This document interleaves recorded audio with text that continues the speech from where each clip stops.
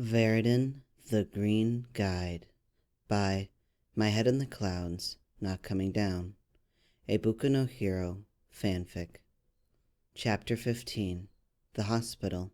Izuku let Mom lead him into the waiting room, and he sat down while she went to the desk to fill out the paperwork. When she was done, she came and sat beside him, but there wasn't anything she could say to make the situation better, so they just sat silently until Izuku's name was called. A nurse led them into the examination room and took Izuku's vitals. She took in Izuku's bruises, then looked at Inko suspiciously. "What happened?" "Nothing," Izuku said quickly. "I just fell." "There was a fight at school," Inko interrupted. "He's been hiding bullying from me, so it makes sense he'd hide it from you as well. But you don't have to do that anymore, Izuku." Izuku stared at the ground again, and the nurse nodded before she left to go get the doctor. "Izuku," whatever she was about to say was cut off by the doctor opening the door. "Izuku Midoriya?" Izuku nodded, and the doctor sat down beside the examination table he was sitting on. "Can you tell me what's going on?" "I'm fine," Izuku said. "I can handle it. Mom's just worried." "Izuku." Inko was starting to get exasperated. Why wouldn't Izuku let them help him? "That's okay," the doctor said. "I'm sure you're a strong young man, but why don't you show me what your mom's worried about, to ease her nerves at the very least?" Izuku frowned for just a moment before shrugging off his uniform jacket, then his shirt, struggling as he tried to undo the buttons one-handed. Inko almost helped him, but one look was enough to tell her that Izuku needed to do that much on his own. She struggled not to gasp in horror when she saw the collection of bruises that had been hidden beneath his clothes, some already in healing stages, which meant this was far from the only beating Izuku had received. The doctor, though, just took the injuries in stride and gently started prodding at his arm. "Does this hurt?" Izuku winced, but shook his head. The doctor sighed. "I'd feel more comfortable getting some x-rays, okay? Miss Midoriya, you stay here. I'll walk Izuku over to radiology, okay?" Izuku thought everyone was overreacting. Sure, his arm hurt, but it wasn't broken. Probably. Honestly, Izuku hadn't thought through what would happen if it was, and they hadn't gone to the hospital. But his arm didn't hurt enough to be broken. After the x-ray was taken, he expected the doctor to lead him back to the room where his mom was waiting, but the doctor led him to a different one instead. The doctor closed the door and turned to face Izuku. "Midoriya, I just wanted to let you know that you're safe here, and we will do everything in our power to help you. Okay?" Izuku nodded. He wasn't quite sure why the doctor was telling him this. Wasn't that what doctors were there for? "Good," the doctor said. "Now, is everything okay at home?" Izuku looked at the doctor in confusion. "Yes, why wouldn't it be?" "Well, sometimes when kids come in with injuries like yours." Izuku's eyes widened. "You think Mom did this to me? No!" He tried to instinctively wave his arms in front of him, but winced at the pain the action caused. "No, Mom never hurt me." "Are you sure?" the doctor asked softly. "You don't have to protect her." "No, I just..." Izuku started crying again. "I love my mom. I didn't tell her about the bullying because I didn't want her to worry, and there's nothing she could have done anyways. And I didn't want to get anyone in trouble. But then it got worse, and I still didn't tell her, and then today happened, and then the principal called, and I didn't want to come here, and now she's going to get in trouble, and it's all my fault, and..." "Breathe, Midoriya." The doctor sounded slightly panicked. "Your mom isn't getting in trouble. We just needed to make sure that there wasn't any abuse happening, and for that, we needed to ask without her in the room. I didn't mean to scare you. I'm sorry." Izuku nodded shakily. Okay, that makes sense. Sorry." The doctor smiled. "It's not your fault. I'm glad your mom is taking care of you.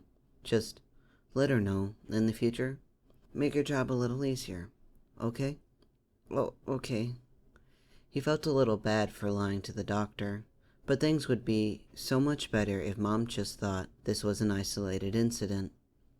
She wouldn't have to worry so much. The doctor walked back into the room where Mom was waiting, opened the file the radiologist gave him. Alright, it looks like we have a break in your left arm, but your ribs are fine, so that's the good news. We just need to set the bone and put a cast on it, and you'll be good to go. What color do you want it? Izuku shrugged. A few months ago, he would have gone with All Might's colors, but now, green's fine, he decided finally. It didn't need to match his vigilante gear, but green was his vigilante color, so it made him feel useful? Not like a Doku who got his arm broken at school and got his mother accused of child abuse. He was so stupid. The cast took longer to put on than Izuku had thought it would.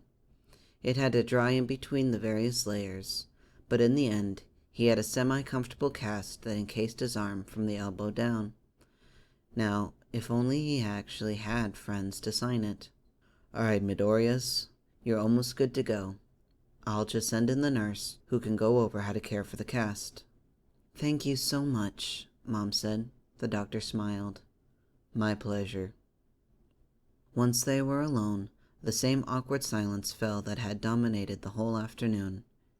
Inko looked over at Izuku, wondering how to bring up what she had started thinking about when Izuku had been getting his x-rays. I don't think school is working, she said finally. Izuku looked at her. What? The school, she said. I don't think it's a good fit.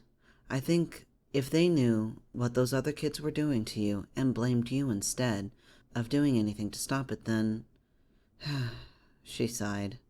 But I know how close you've always been with Katsuki. I don't want to separate you from him. Izuku bit his lip, and Inko could see his brain working overtime as he debated what to say. I don't think Kachan will miss me. Inko felt her heart break all over again. Had Katsuki... She hoped that he had protected Izuku because he wanted to be a hero. But with how broken Izuku sounded, and how convinced he seemed that Katsuki wouldn't miss him, then... Oh, her poor baby. We could look into transferring you to a different school, she said. To her surprise, Izuku shook his head. There wouldn't be any point. I'm the problem, and that's going to be the same wherever I go. Going to a new school would just mean that I'd be quirkless and the new kid. Inko frowned. Unfortunately, she saw Izuku's logic. The bullying had started because he was diagnosed quirkless, and Izuku was right. That wasn't going to change. She'd like to believe that a new school would be better and kinder.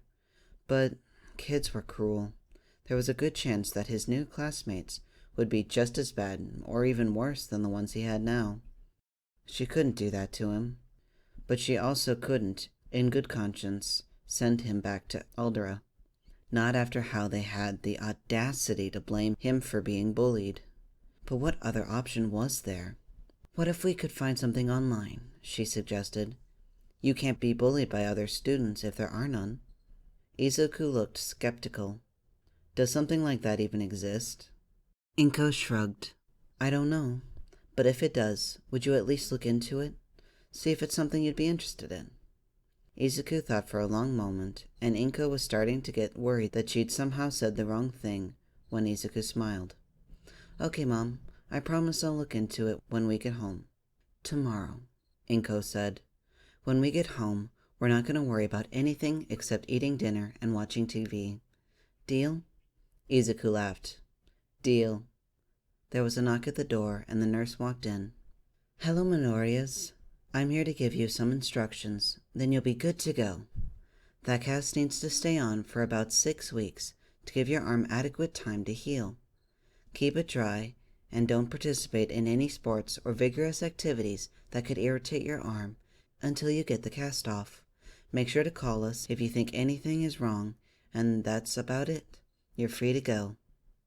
Mom thanked the nurse, and they left. Izuku felt his stomach twist when he mentally reviewed the instructions. He wasn't allowed to do any physical activity that could jostle his arm for the next month and a half. If he did, he could re-injure his arm, which would just cause more problems for everyone, and put Mom through all this worry all over again, and he couldn't do that to her. So what was he supposed to do about his vigilantism?